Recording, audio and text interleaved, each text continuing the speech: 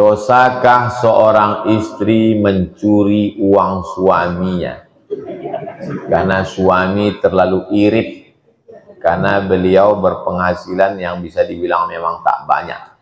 Istri kadang hanya mengambil 2.000 sampai 5.000 untuk cemilan saja. Waktu Nabi sedang duduk di atas bukit Sofa. Ada bukit Sofa, ada bukit Marwah. Waktu Nabi sedang duduk di atas bukit Sofa, datanglah seorang perempuan.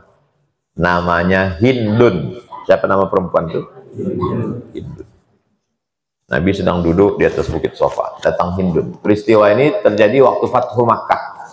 Pembebasan kota Makkah. Nabi membebaskan Makkah tahun ke-8. Ingat itu. Pembebasan kota Makkah tahun ke-8. Nabi di Makkah selama 19 hari. Nabi duduk di atas bukit Sofa, datanglah Hindun. Apa kata Hindun? Inna Aba Sufyan rajulun syahih. Sesungguhnya Abu Sufyan itu pelit.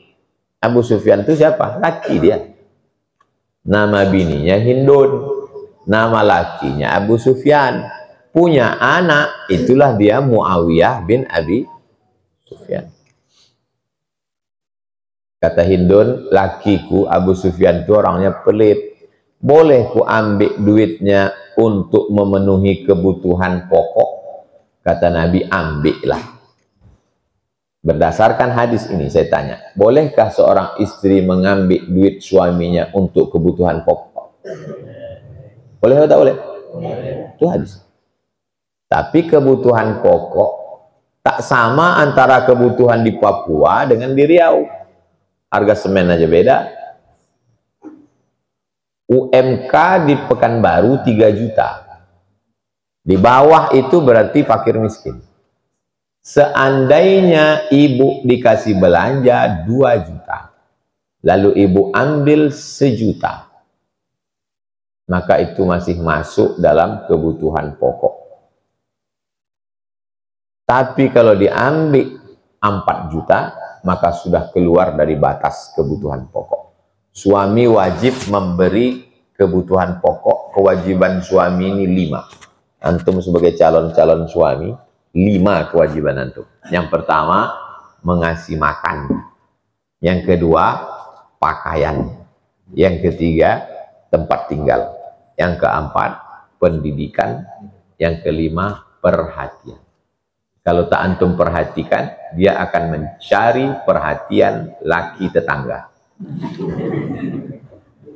Makan, pakai, tempat tinggal, pendidikan, perhatian. Sesuai dengan kemampuan suami. Suami yang tak mampu, kalian bilang nih ke bini, Adinda, sebetulnya kebutuhan di Pekanbaru ini 3 juta. Tapi abang pun tak jelas sekarang rezeki ini. Kalau kebetulan laki-laki ini bertuah, dapatnya durian runtuh. Perempuan ini anak orang kaya, anak tunggal, ayahnya mau sakratul maut. Lakinya tadi pula susah melarat.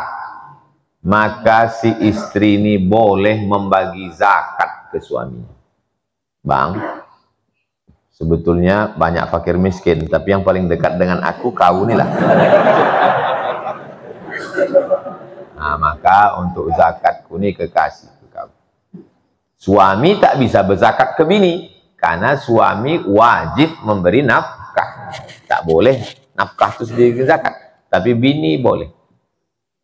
Ini zakatku. Tapi kalau kau macam-macam, ku benamkan kau ke Sungai Siak. Jangan sampai kau beli paket 2 giga asik main Instagram aja. Jelas? Bagaimana hukumnya buang angin ketika sedang dalam wudhu? Dia sedang berwudhu. Iza kumtum ila sholat, kalau kamu mau sholat, faghsilu wujuhakum, basuh muka. Wa aydiakum ilal marafiq, tangan. Wamsahu biru'usikum, kepala. Pas sedang kepala, dipegang kepala, keluar angin ke bawah. Apakah cukup diulang di kepala itu aja, atau mengulang balik dari pangkal? Ulang balik dari pangkal. Karena wudhu ini sepaket. Ulang balik dari awal. Di mana niat wudhu itu niat? Kalau sholat niatnya itu dua mazhab. Mazhab yang pertama, mazhab Syafi'i, di dalam takbir. Aku sholat subuh 2 rakaat jadi makmum fardu karena Allah. Allahu Akbar. Makanya orang mazhab Syafi'i panjang takbirnya karena niatnya di dalam takbir. Kalau mazhab Hanafi, Hambali, Maliki niatnya sebelum takbir. Pasangnya dulu niat, habis itu baru dia takbir. Takbirnya pendek aja. Allahu Akbar. Kawan ini niat. Niatnya sebelum takbir. Antum berniat sebelum takbir atau dalam takbir? Kalau saya dalam takbir. Saya pakai mazhab Syafi'i. Kalau wudhu, niatnya waktu bismillah. Bismillah. Menuangkan air, bismillah. Di situlah letak niat. Nawaitu raf'al hadasil asghari listibahatis salati fardu alayya lillahi ta'ala. Itu bukan niat. Itu melafazkan niat di lidah untuk menguatkan hati. Waktu dituangkan air itu ke tangan di awal, bismillahirrahmanirrahim. Disitulah pasang niat. Ulang balik, karena batal tadi di jalan. Jelas? Pertanyaan ini simple. Tapi kalau tak jelas, batal wudhu, tak sah sembahyang. Dan biasanya memang orang tertentu itu pas mau berwudhu. Sebelum itu tak mau dia. Kenapa begitu?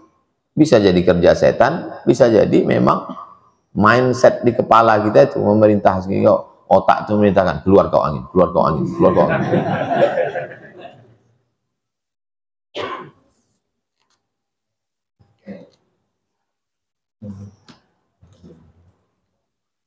Ada nas yang menjelaskan, kalau disebut nas, nun short, nas, bahasa Inggrisnya text, text, T-E-X-T, text.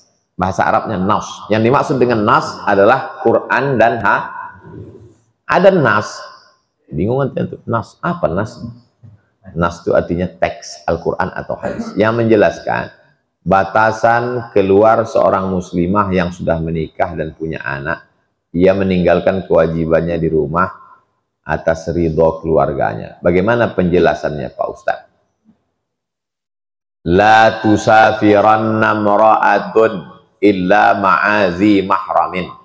Tidak boleh perempuan keluar rumah kecuali dengan mahram, baik sudah nikah maupun belum menikah.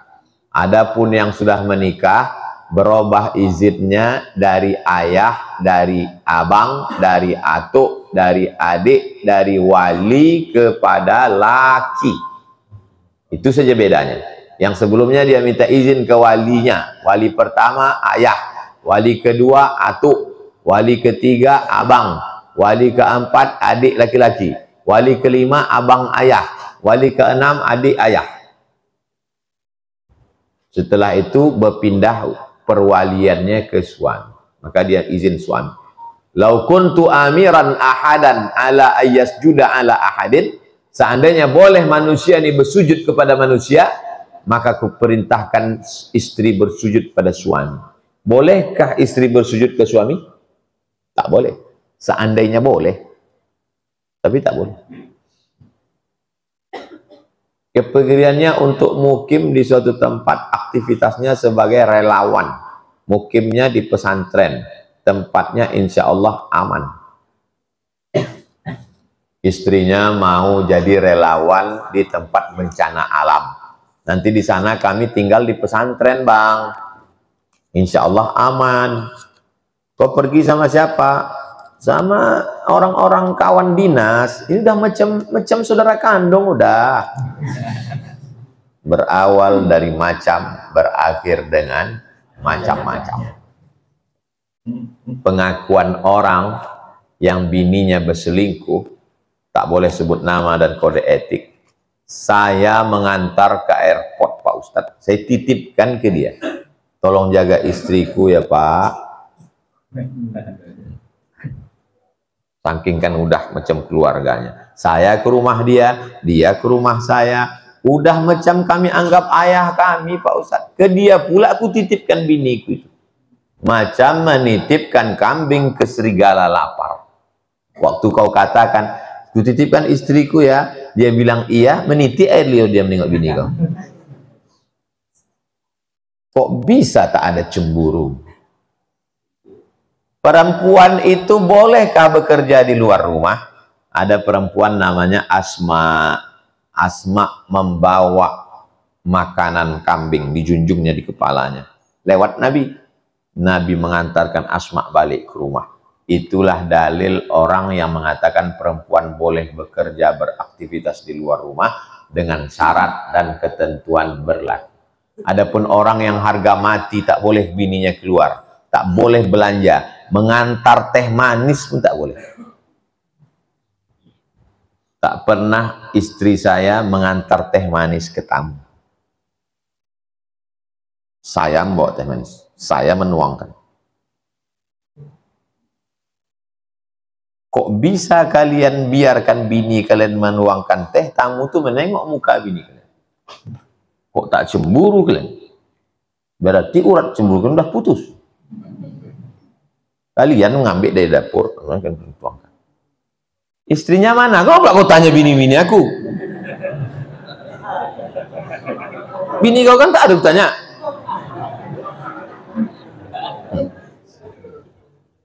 Bisa pula kalian pajang bini di ruang tamu. Pergi kalian ke rumah saya, tak ada gambar bini. Gambar Masjidil Aqsa. Bisa pula dipajang gambar bini tak bertudung situ. Orang cantik juga bini kau ya. Tak mendidih darah kalian.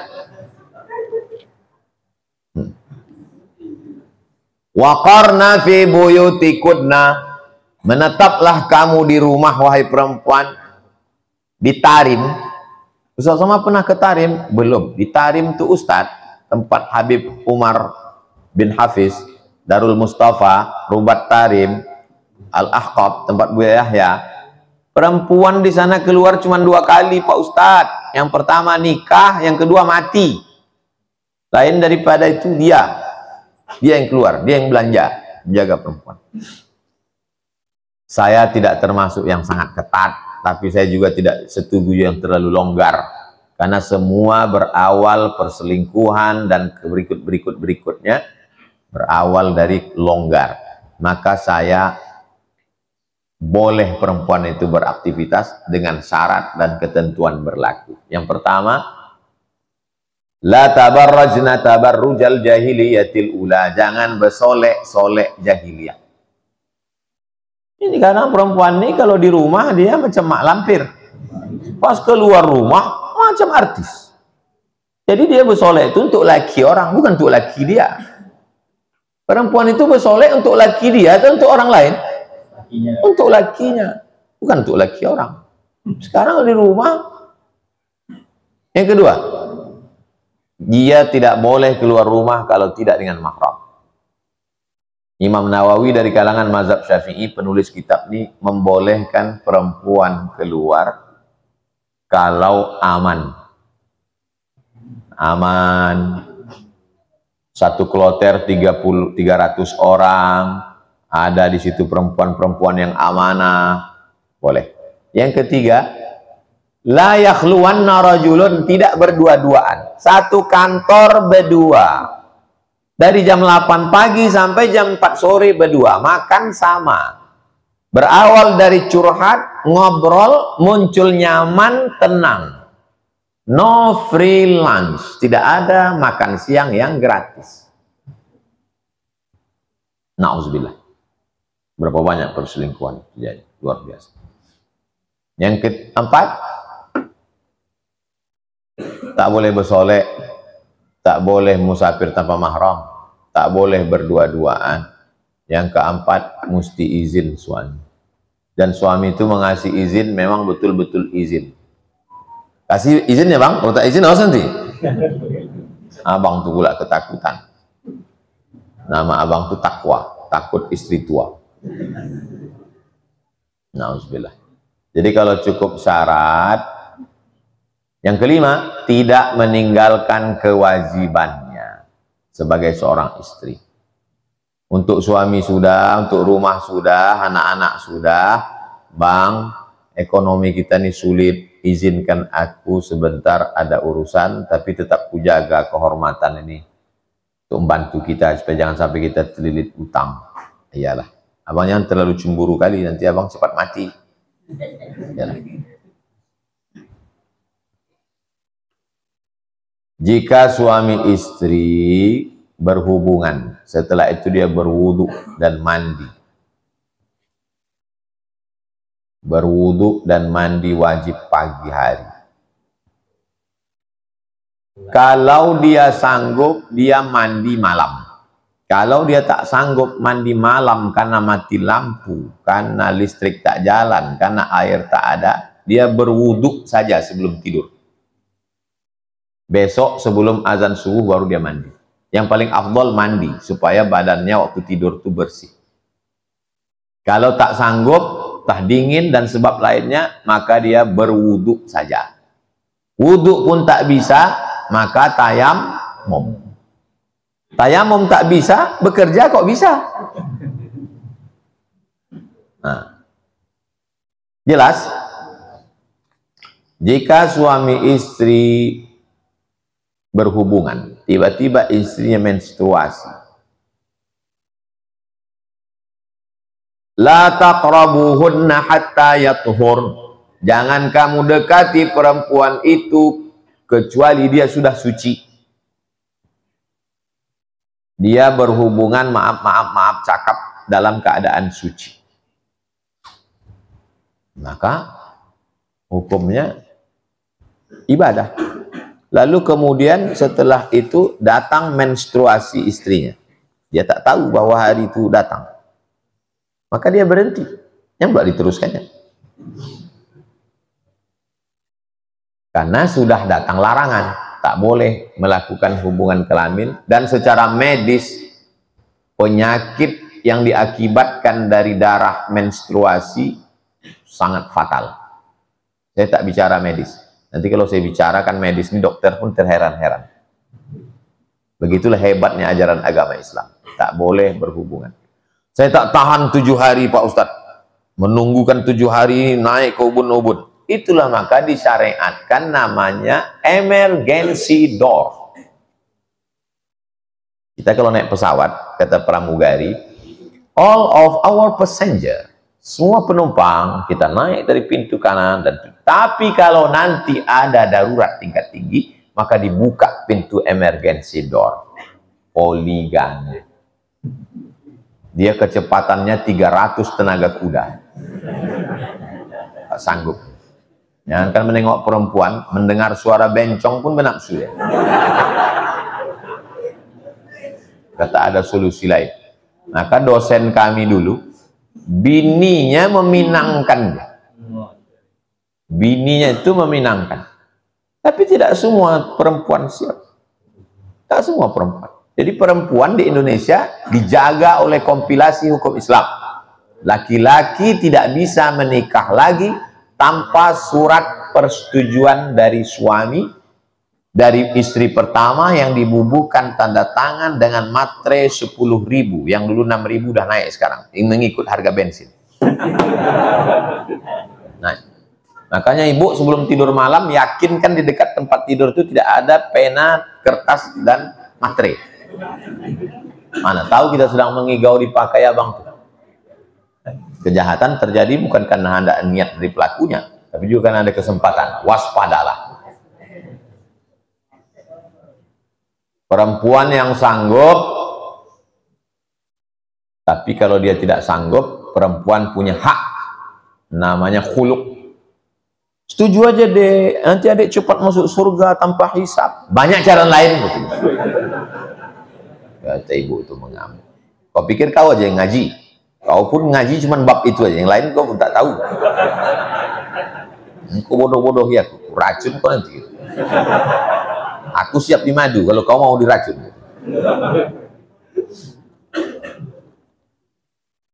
Orang koma wajib tak sholat? Tak wajib. Kenapa tak wajib?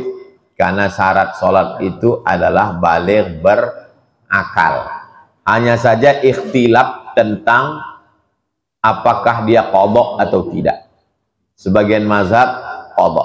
Jadi kalau antum koma jam 4 subuh tadi, sadarnya nanti jam 8 malam, berarti subuh, zuhur, asar, maghrib di qadha. Isya tak di qadha, karena jam 8 malam masih ada waktu isya. Koma itu belum titik lagi. Kalau udah titik, qaid, ji'un. Kenapa dia tak wajib? Kalau tak sanggup berdiri sholat nih, duduk di kursi. Kalau tak sanggup duduk, kepala ke utara, kaki ke selatan, miring ke arah kiblat, miringkan tempat tidur di rumah sakit, ruang ICU. Makanya kalau rumah sakit Islam ada pembimbing ibadah, kepalanya di utara ya, kaki di selatan, miringkan ya. Kalau tak bisa miring, telentang, pakai isyarat kelopak mata. Allahu Akbar, Allahu Akbar, Allahu Akbar, Allahu Akbar. Tidak ada alasan tak sembahyang. Selagi dia sadar. Kalau udah tak sadar, koma dia jam 1, koma. Sadar jam 2, tetap wajib zuhur. Begitu dia sadar, langsung tayammum kan, sembahyang. Saya dulu ganti-gantian, kakak kelas kami kena penyakit, tiba-tiba berair otaknya. Otak ini berair. Datang kami menjenguk, ditanyanya saya, kau siapa?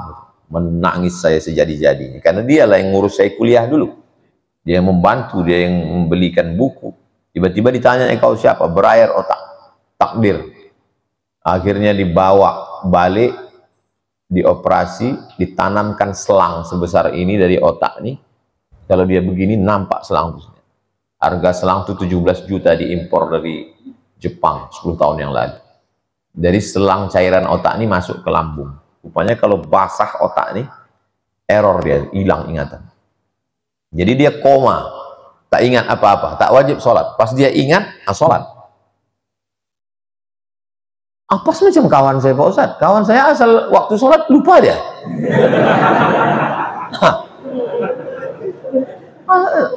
Itu kawan kau tuh, itulah. Bukan cuma kawan Ustadz yang begitu. Dia kan tak sadar Pak Ustadz, tapi dia kan hidup. Syarat sholat itu baligh berakal. Makanya orang gila tak sembahyang. Rufi'al qalam an salasatin. Pena ini tak mencatat, tak dicatat amalnya. Pertama, anis sobi hatta yahtalim, anak kecil sampai akil balik. Anil naim hatta yastayqiz, orang tidur sampai bangun. Anil majnun hatta yafiq, orang gila sampai sembuh. Jadi kalau mau tak sembahyang, pilihlah antara tiga ini. Jelas? Bagaimana menghadapi ketika difitnah dan yang memfitnah malah merasa terzolimi? Saya difitnah orang, dipostingnya gambar saya di FB, otak-atiknya muka saya ini, saya BAP ke Polda. Saya datang ke Polda, pasal pencemaran nama baik. Kata orang Polda, nanti Bapak Ustadz kalau melapor ini jadwal ceramah gimana? Dipanggil ke persidangan. Saya siap. Jadwal ceramah kita pending. 2 kali saya datang ke kejaksaan. Datang saya pertama, dia tak datang. Pas saya tanya, kemana dia Pak? Mencret. Datang yang kedua, begitu juga. 2 kali saya datang, saya batalkan ceramah 2 kali, udah berhenti. Untuk yang sekitar Pekanbaru. Untuk yang nasional, saya tak perkarakan. Karena saya tahu dia tak akan ditangkap. Jadi kita tak boleh diam. Antum kalau dia niaya orang, diajak orang, jangan diam. Jadi ada namanya tes psikologi. Ada orang didudukkan di atas pentas, dibuat 3 grup naik ke atas. Namanya tes psikologi. Grup yang pertama memuji. Oh, cantiknya, gantengnya. Grup yang kedua mulai megang-megang. Oh, grup yang ketiga mulai menjambak, menari. Rupanya kita kalau tak bersikap, kecenderungan manusia akan menginjak-injak kita. Itulah maka dalam Islam tidak hanya sekedar ada akhlak, maaf, ridho, tawakal, ikhlas, tapi dalam Islam juga ada hukum. An-nafsu bin nafsi, dihilangkannya nyawa kau, hilangkan pula nyawa dia.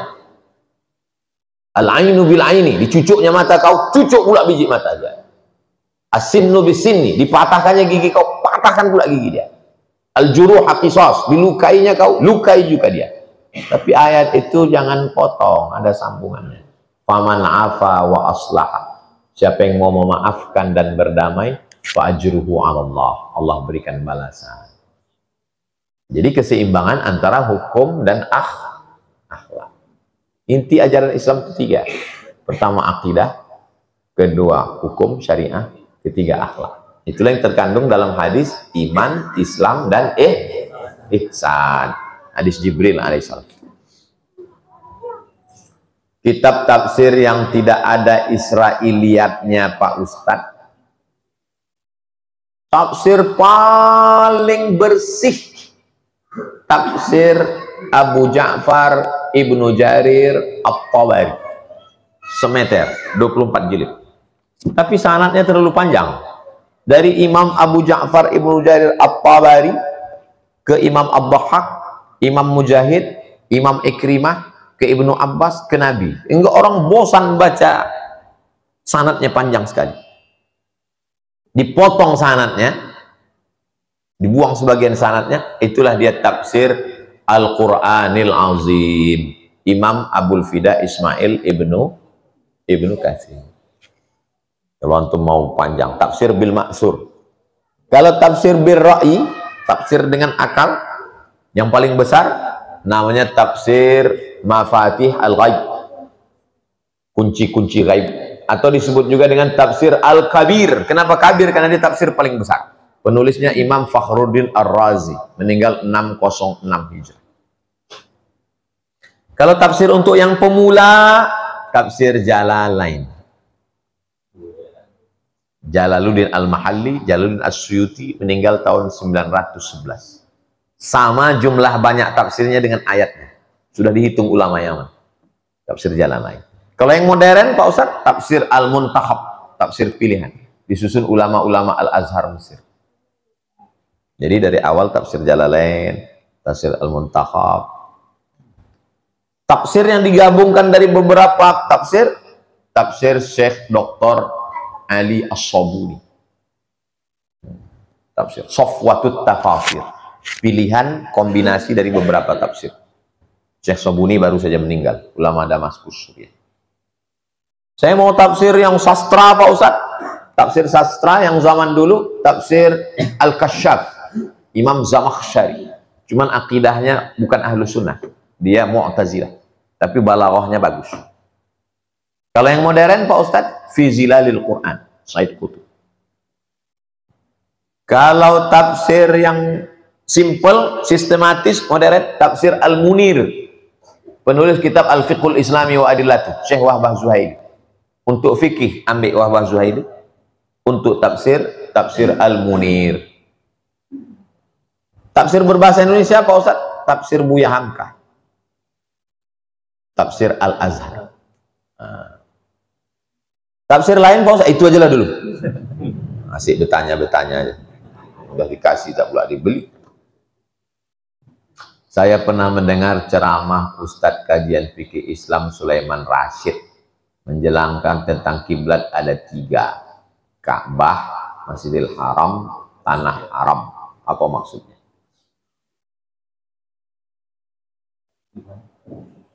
Ini tanah haram. Tanah haram. Ini tanah haram. Panjangnya 42 km. Dari Padang Arafah ke Ka'bah 20, dari Ka'bah ke Hudaybiyah 22. Jadi panjangnya 42 km. Ini tanah haram. Jadi kalau kita sholat dari Indonesia, asal kena tanah haram nih sah. Allahu Akbar, kena ujung segitu, sah. Bagi yang berada di tanah haram, maka kiblatnya mesti kena Masjidil Haram. Masjidil Haram berada di dalam tanah haram. Jadi kalau antum berada di tanah haram nih, asal kena ujung Masjidil Haram, sah. Bagi yang berada di dalam Masjidil Haram, maka kiblatnya adalah Ka'bah. Karena untuk menempatkan betul ke Ka'bah, antum dari Limbo Panjang nih, sedikit aja bergeser. Maka bunyi ayatnya, fawalli wajhaka syatral masjidil. Ka'bah berada di dalam Masjidil Haram, Masjidil Haram berada di dalam tanah haram. Jadi kita yang dari luar ini asal kena tanah haram, yang berada di dalam tanah haram asal kena Masjidil Haram. Yang berada di dalam Masjidil Haram mesti yakin dia bahwa mengarah ke Ka'bah. Di dalam Masjidil Haram pun tak kena Ka'bah. Parah betul lah kau. Dalam Masjidil Haram tinggal membukakan biji mata, kan apa? Dalam Masjidil Haram pun tak kena juga Ka'bah. Kok bisa tak kena? Di dalam Masjidil Haram pun sempat dia pula bertanya ke kawan, apa kata? Suraunya mana ya? Bayangan dia mesti ada kubahnya. Sampai di Masjidil Haram itu tengoknya tak beratap. Mana? Di mana kita sholat gitu? Jelas tentang 3 kiblat tadi? Jelas? Nah, itulah dia penjelasan tentang 3 kiblat. Kiblat mata ke tempat sujud. Mazhab Syafi'i. Kalau mazhab Maliki tidak. Mazhab Maliki kiblat mata ke depan. Karena bunyi ayatnya, fawalli wajhaka syatral Masjidil Haram. Hadapkanlah wajahmu ke Masjidil Haram. Bukan ke wajah ke bawah kata dia. Kalau ke bawah gila. Makanya kalau ada orang tengok ada orang sholat gini, 2 kemungkinan, mazhab Maliki atau latah. Maka dalam mazhab Maliki makruh menulis dinding pakai kaligrafi. Kenapa? Karena dalam mazhab Maliki muka itu menghadap ke dinding. Kalau nampak tertulis dinding, ditulis. Oh, Ustadz Mu'tamar menulis kaligrafi ini. Dalam mazhab Syafi'i, kiblat mata ke tempat sujud.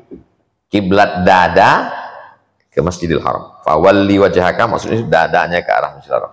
Kiblat hati kepada Allah. 3 kiblat. Kiblat mata, kiblat dada, kiblat hati. Jelas? Itulah kaji kita subuh ini. Majtama'a qaumun, sekelompok orang berkumpul. Yatsluna kitab Allah, membaca ayat-ayat. Wa yatadarasunahu fima bainahum, mengkaji isi. Berkumpul, membaca ayat, mengkaji isi. Allah balas 4. Nazalat alaihimus sakinah, hati tenang. Wasyiyat bihimur rahmah, diliputi rahmat. Hafat bihimul malaikah, dikelilingi malaikat. Wa dzakarahumullahu fiman indah, dibanggakan Allah kepada para malaikat. Itulah mengapa kalau antum ditanya orang, kenapa habis pengajian berdoa? Karena 4 tadi. A'udzubillahi minasyaitonirrajim. Bismillahirrahmanirrahim. Alhamdulillahirabbil alamin arrahmanir rahim maliki yaumiddin iyyaka na'budu wa iyyaka nasta'in ihdinas shiratal mustaqim shiratal ladzina an'amta 'alaihim ghairil maghdubi 'alaihim waladdallin amin. Allahumma shalli 'ala sayyidina Muhammad wa 'ala ali sayyidina Muhammad. Allahumma inna natawassalu ilaika bihaqqi suratil Fatihah. Kami mohon kepada Engkau dengan kemuliaan surat Al-Fatihah. Balligh maqasidana, sampaikan segala maksud niat baik kami. Waghfir lana khatayana, ampunkan dosa-dosa kami. Washrah sudurana, lapangkan hati kami. Yassir umurana, mudahkan segala urusan kami. Waqdi hajatina, tunaikan hajat-hajat kami. Ya akramal akramin, akrimna wala tuhinna, muliakan kami, jangan hinakan kami. Wa'tina wala tahrimna, beri kami kurniamu, jangan sampai kami tak dapat. Waja'alna minar rasyidin, jadikan kami orang yang berpikir lurus, berhati lurus, beramal lurus, berkata lurus.